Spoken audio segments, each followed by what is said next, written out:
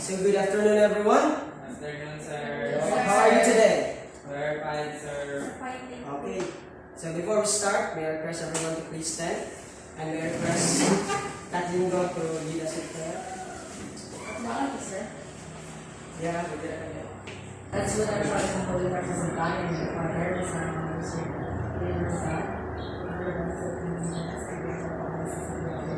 Please give us wisdom and knowledge as we are about to have our classes for the Holy Spirit, Lord, in Jesus Christ. Amen. Okay, before you take your seat, please arrange your chairs and pick up pieces of paper from your chair.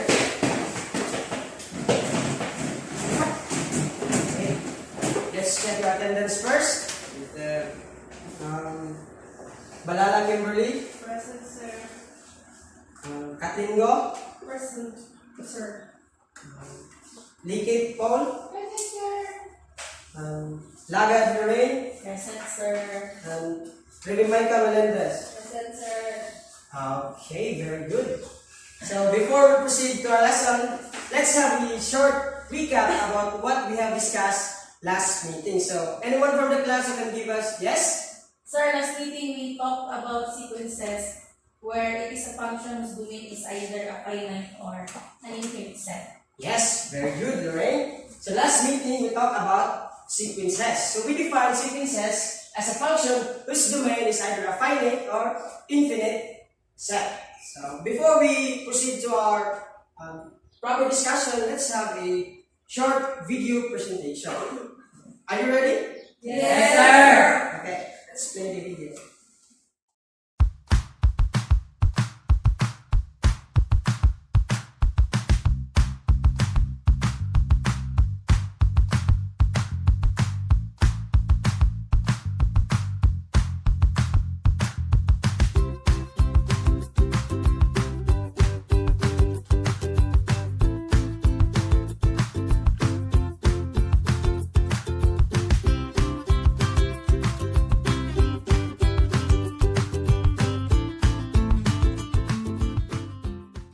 Okay, that's it. So they asked everyone, what have you observed in the video presentation? Solving, sir. Solving and anything else? Arithmetic sequence. Yes. Do you know what type of sequence or what is arithmetic sequence? No, sir. Okay, so let's now discuss arithmetic sequence. Now, what is an arithmetic sequence? Sir, Yes, Kimberly? an arithmetic sequence is a sequence of numbers where the difference between every two consecutive terms is the same. Yes, very good, Kimberly. So sequences is an ordered set of numbers that have common difference between each consecutive term. But remember class, in this session, we are going to first define arithmetic sequence by obtaining the common difference. Second, apply the formula of arithmetic sequence in finding the n terms. And lastly, give the importance of arithmetic in real-world application. So, to illustrate, this type of sequence where every term is first obtained by adding the constant called the common difference. So, how? Yes, Ibanez? Because the succeeding term is determined by having two on the first. Okay. Yes, as you can see in the example, the common difference is 2. So if you add 2 to the previous term, you will get the next term, which is the 3, 5, and 7. Any clarification? Answer. Okay, let's proceed to the first example. Okay, but first, let's discuss the general rule. So in solving arithmetic sequence, we have the general rule, which is the an is equal to a sub 1 plus n minus 1 times db. So remember class that a sub n is the nth term, the a sub 1 is the first term, and the d is the common difference. Okay. Now let's proceed to our first example. So as you can see in the first example, we have a set of numbers. So in this sequence, they have a common difference of 4. So we can use this formula.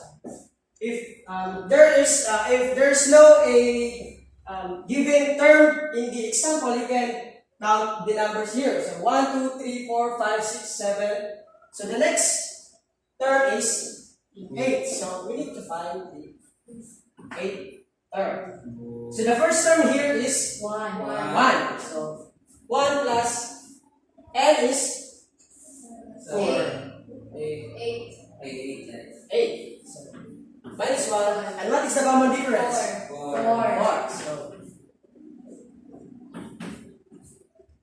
So 8 minus 1? 7. So we need to solve this one. 7 times 4? 28. 1 plus 28 is 29. equal to 29. And that is our 8th term. So you need to follow the same process in order to get the next 3 terms, which is 29, 33, and 37. So now, we need to find a formula for the nth term.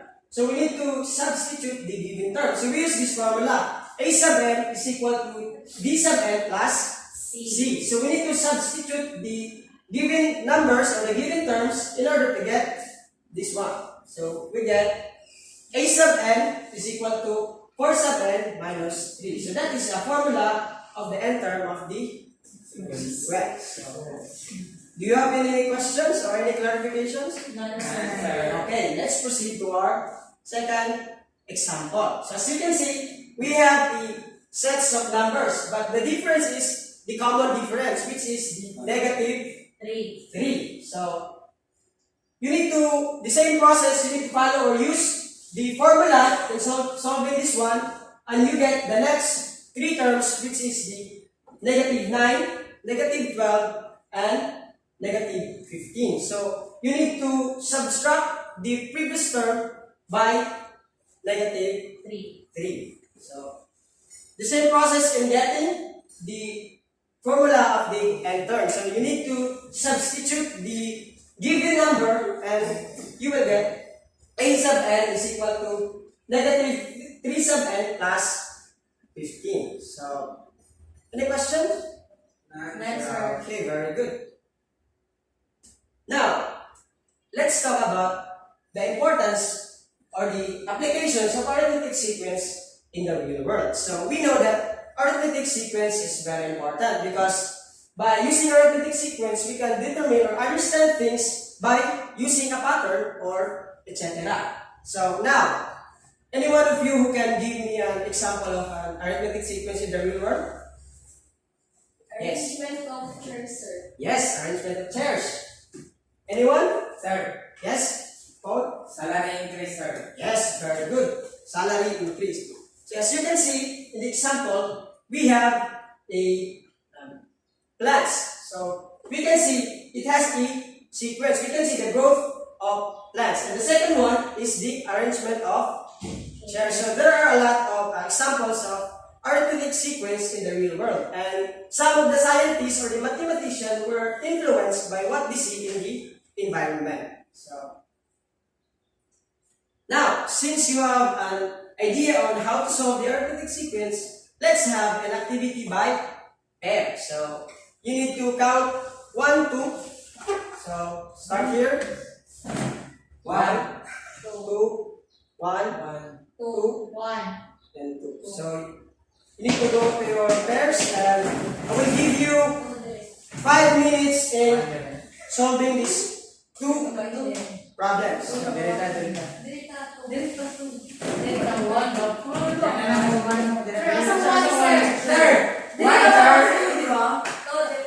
One here.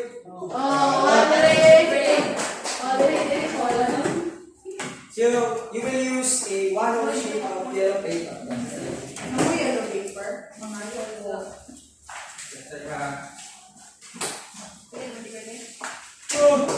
Sir, what we need to be prepared on paper? Yes. Sir, 1 whole, sir. Okay. So we'll give you 5 minutes in solving these problems. Okay? You will now start.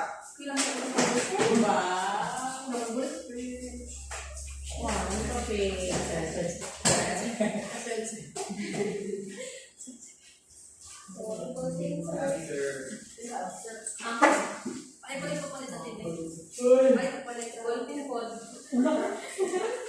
Sir, wala yung movement.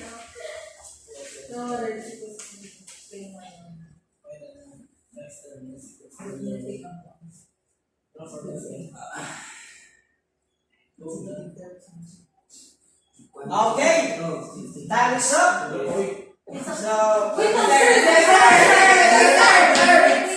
okay, I will give you another 3 minutes in answering the problems.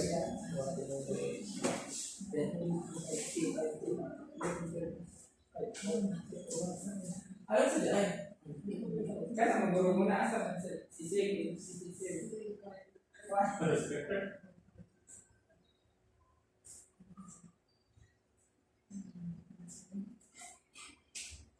Okay, Yes, sir. time is up now.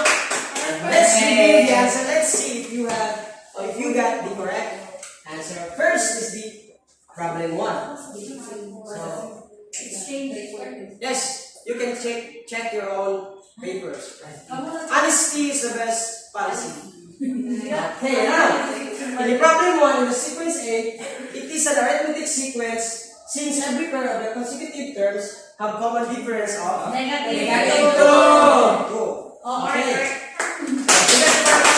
Okay, very good. On the other hand, sequence B is not an arithmetic sequence since, yes, they don't have common difference. Very good. Now let's proceed to the problem 2.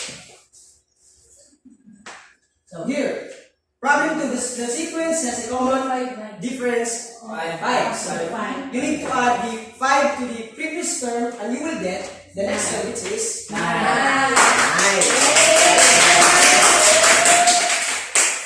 Basic.